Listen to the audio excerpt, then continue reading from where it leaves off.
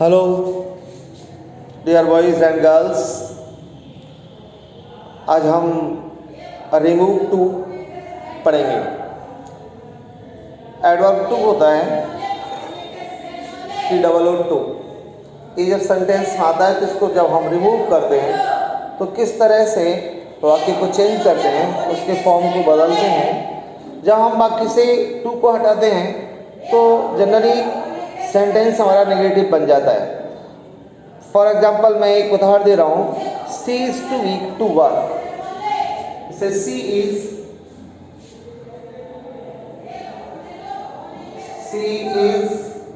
To weak to work. She is too weak to work. अब हमें करना क्या है, इस सेंटेंस से एडवर्ब टू जो आया है इसको हमें रिमूव करना है, इसको हटाना है। जब हम एडवर्ब टू को हटाते हैं तो यहाँ पर हम सो लिखते हैं एडवर्ब टू के स्थान पर। ध्यान रखेंगे, हम करेंगे क्या, मैं एक एग्जांपल पूरा सेंटेंस लिखता हूँ। यहाँ हम करेंगे she is so big, she is so big that. और फिर इस सब्जेक्ट के हिसाब से हमने नया सब्जेक्ट लिख लिया she. She is too weak, she is so weak that she can not work. ये काम किया हमने। क्या क्या काम किया, अभी एक बार नोट करेंगे क्या काम किया। ये एडवर्ब टू के स्थान पर सो लिख दिया। पहला काम, एडवर्ब टू के स्थान पर सो लिखा। आप लिखते चलिए पॉइंट लगा करके। पहला काम ये किया हमने फर्स्ट। सेकंड क्या किया हमने, ये जो एडजेक्टिव था वीक, इसके बाद दैट का यूज किया।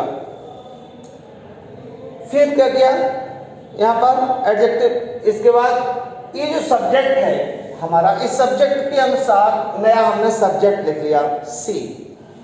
फिर ये वाक्य हमारा प्रेजेंट टेंस का है और अफर्मेटिव है तो हमने कैन नॉट का यूज किया। और अगर यहाँ पर पास्ट टेंस होता तो फिर हम यहाँ कुड नॉट का यूज करते। ध्यान रखेंगे हम क्या क्या काम किया। पहला हमने फर्स्ट काम हुआ एडवर्ब टू के स्थान पर सो लिखना, एडजेक्टिव के बाद दैट का यूज करना, वाक्य के सब्जेक्ट के अनुसार दूसरे वाक्य के लिए हमें नया सब्जेक्ट बनाना, फिर टेंस के अनुसार कैन नॉट या कुड नॉट का यूज करना। इतना काम किया। एक और उदाहरण लिखते हैं, जैसे राम वॉज, सेकेंड एग्जाम्पल है, Ram was too poor to work hard. Sorry, Ram was too poor to buy a book, to buy a book. अब जब हम इस सेंटेंस को चेंज करेंगे, Ram was too poor to buy a book, जब हम इसको रिमूव टू करेंगे तो पहला फर्स्ट काम क्या करना है, हमें एडवर्ब टू के स्थान पर सो का यूज करना है। Ram was so poor that.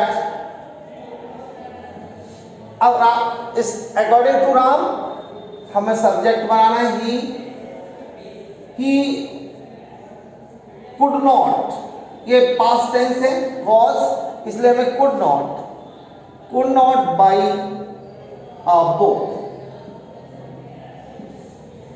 इस तरह से हमें सेंटेंस को नेगेटिव बनाना है या हमें रिमूव टू करना है। ध्यान रखेंगे हमने क्या क्या काम किया। फिर एक बार दोहराता हूँ, सबको ध्यान रखना है। फर्स्ट काम क्या है, एडवर्ब टू के स्थान पर सो का यूज करना। इस एडजेक्टिव के बाद हमें नए सेंटेंस को बनाना है तो उसके लिए दैट कंजंक्शन उसका हम यूज करेंगे।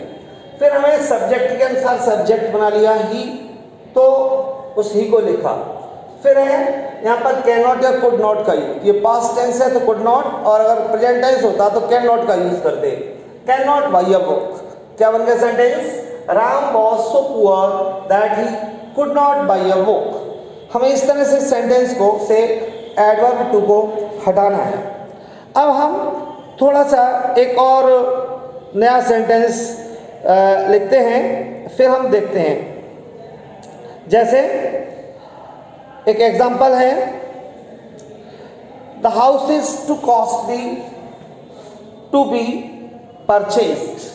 द हाउस, थर्ड एग्जांपल है, the house is too costly to be purchased. PURCHASED, to be purchased.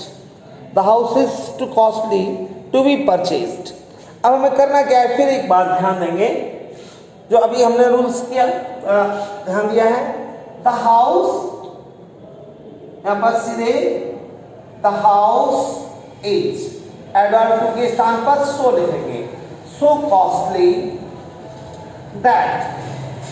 अब इस हाउस के according to house we should have a new subject, क्या होगा, it।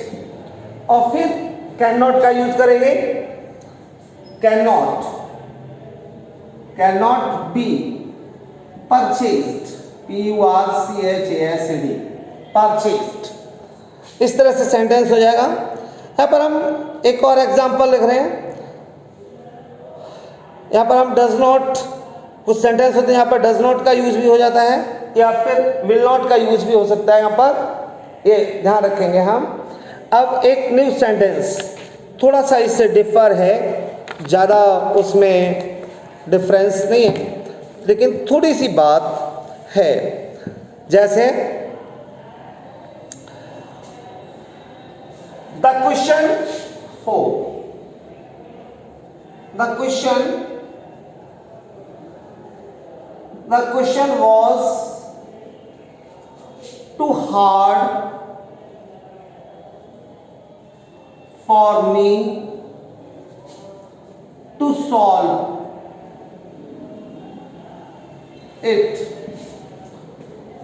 अब हमें क्या करना है, इस सेंटेंस को जब हम बदलेंगे तो यहां पर the question was too hard for me, पहला काम जो हमने अभी बताया, यहां पर जो टू आया है एडवर्ब टू, इस टू को हटा करके सो लिखना है।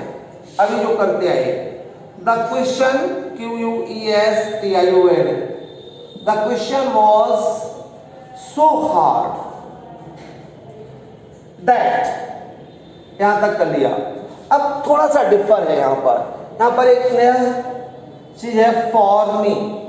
यहाँ क्या करना है, इस फॉर मी को हटाना है, क्योंकि ये जो इन्फिनिटिव है हमारा, ये यहाँ पर सब्जेक्ट से अफेक्टेड नहीं है, इस फॉर मी से अफेक्टेड है। या ये कहिए, यहाँ पर जो एडजेक्टिव के बाद इस तरह से फॉर के बाद कोई प्रोनाउन या नाउन आता है, तो इस फॉर को हटाएंगे और इसी को यहाँ सब्जेक्ट बनाएंगे। इन्हीं को जब हम सब्जेक्ट बनाएंगे तो क्या हो जाएगा, यहाँ आई, और फिर हो जाएगा वही कैन नॉट या कुड नॉट। ये पास्ट टेंस है तो फिर कुड नॉट हो जाएगा, I could not solve it. इस तरह से ये सेंटेंस हमारा बदल जाएगा। एक और मैं इसी तरह का एक और उदाहरण दे रहा हूं। It was too hot 5, it was too hot for me. क्या हम यहाँ पर फॉर मी हो सकता है, फॉर हर हो सकता है, और यहाँ पर ऐसे भी हो सकता है, for her to go out. अब हमें क्या करना है, अभी जो सेंटेंस बनाया है उसी तरह से करेंगे और हो जाएगा ये, it was so hot that, so hot that, फिर हो जाएगा सी, और फिर यहाँ पर could not go out. In this way we change the sentences, we remove to from the sentences. अब now we come to the next point. एक और एग्जाम्पल देते हैं हम, जैसे इट इज, केवल इतना ही होता यहाँ पर, it is too cold to go out। अब ये सेंटेंस, ये अदर सेंटेंस जो एग्जाम्पल दिए उससे थोड़ा सा अदर है। यहाँ पर जो हमारा इन्फिनेटिव आया है टू गो आउट, इसका इट से कोई लेना देना नहीं है, इसलिए हम इट को भी यहाँ पर नहीं बदलेंगे।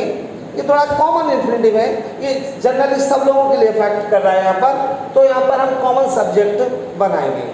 जब ऐसा हमारा इन्फिनेटिव दिया है एडवर्ब के बाद जिसका इससे कोई रिलेशन नहीं है और ना यहाँ पर फॉर लगा के कोई प्रोनाउन आया है, तो फिर हम कोई कॉमन सब्जेक्ट लिखते हैं, जैसे समवन, प्यूपिल, इस तरह का सब्जेक्ट लिखेंगे यहाँ पर जब हम नया वाक्य बनाएंगे। तो कैसे हो जाएगा फिर ये, it is too cold that. अब यहाँ पर वन कह सकते हैं हम, या फिर पीपल कह सकते हैं, लिख सकते हैं people can not go out, can not go out. इस तरह से हमारा सेंटेंस यहाँ पर बन गया। अब कुछ और चीज एग्जाम्पल लिखते हैं, थोड़ा देखते हैं। पहले इसको मिटाते हैं एक बार। अभी कुछ एग्जाम्पल्स और देते हैं, ध्यान से थोड़ा एक बार देखेंगे उसको। जैसे the sun is too hot, the sun is too hot. अब यहां पर कोई इन्फिनेटिव नहीं है पीछे, केवल यहीं पर वाक्य हमारा कंप्लीट हो जाता है। तो हमें क्या करना है ऐसी कंडीशन में, we should always put in our mind here we remove adverb to, then we do not write so। फिर हम यहाँ पर so शब्द नहीं लिखते, यहाँ पर हम extremely, एक वर्ड आता है extremely, या फिर यहाँ पर hot के बाद हम लिखते हैं beyond the proper limit। इस तरह से लिखेंगे हम सेंटेंसेस को, जैसे the sun is extremely hot, sun is extremely hot। इस तरह से हम लिखेंगे, या फिर ऐसे भी कह सकते हैं the sun is hot beyond the proper limit, beyond the proper limit। अभी सेंटेंस कंप्लीट हो गया। यहाँ पर एक्सट्रीमली वर्ड आता है, ओवर आ जाता है। सपोज एक एग्जांपल और देखते हैं, जैसे the water of Ganga is too pure. हम क्या कहेंगे, the water of Ganga is over pure या extremely pure. We can say in this way. आप कुछ एग्जांपल्स थोड़े से अलग से हैं, उनको हम और यहाँ पर रखते हैं, थोड़ा ध्यान देंगे। जैसे the girl, for example the girl was too sad for tears. अब यहाँ पर इन्फिनेटिव नहीं है पीछे इस सेंटेंस में। हमें क्या करना चाहिए, when we remove to from the sentence we should write so sad, okay। the girl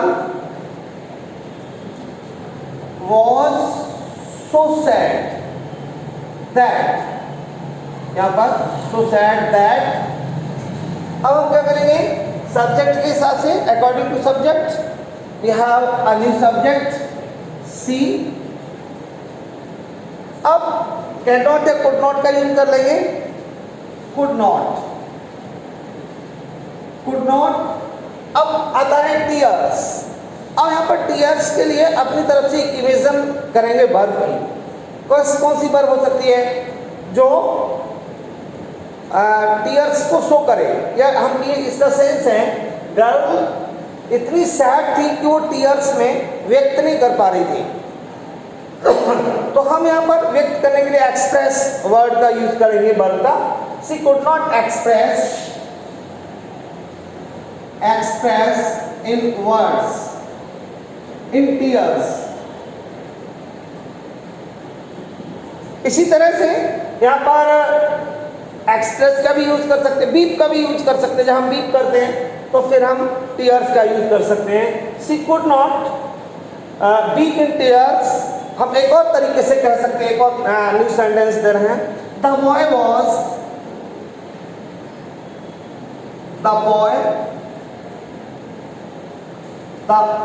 was too excited for words. इस सेंटेंस को भी हम उसी तरह से चेंज करेंगे जो ऊपर वाला है। कैसे कर देंगे, ध्यान देंगे। द बॉय वॉज, यहाँ पर ये टू आया, यहाँ पर सो का यूज करेंगे। So excited that. अब boy is, according to boy we have a subject he, फिर could not। अब यहाँ पर could not एक्सप्रेस वर्ब का भी यूज कर सकते हैं और स्पीक वर्ड्स का भी यूज कर सकते हैं। could not speak in words या could not speak words, we can say he could not speak words। हम इसको इस तरीके से भी कह सकते हैं, अगर हम इसको बदलें तो he could not express in words। वह शब्दों में व्यक्त नहीं कर सका। In this way, now we have completed this topic, or further if you have any problem you can ask me when I join the class with Google, through Google Meet. You can ask me your problem. I will send you the exercise to solve on WhatsApp. Okay, thanks.